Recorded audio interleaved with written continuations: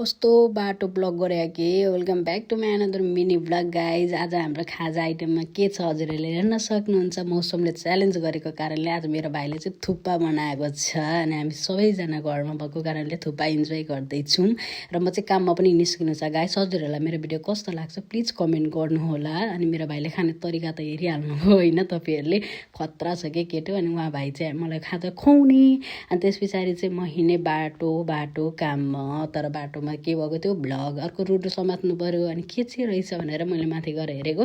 त्यहाँ चाहिँ अब रोडहरू बनाउनु पर्दाखेरि यिनीहरूले टक्कसँगले बाटोलाई बन्द गरिदिन्छ। अनि त्यो कारणले चाहिँ हामीले चाहिँ अरू साइडबाट हिँड्न चाहिँ जस पाइन्छ क्या। यो चाहिँ यहाँको नियम चाहिँ मलाई धेरै राम्रो लाग्छ होइन। एउटा बाटो ब्लक भयो भने पनि त्यसरी मैले खाजामा लगाएको थिएँ भात पनिरको सब्जी अनि खाएँ होइन। अनि म घर निस्केँ 12 बजे राति गाइज।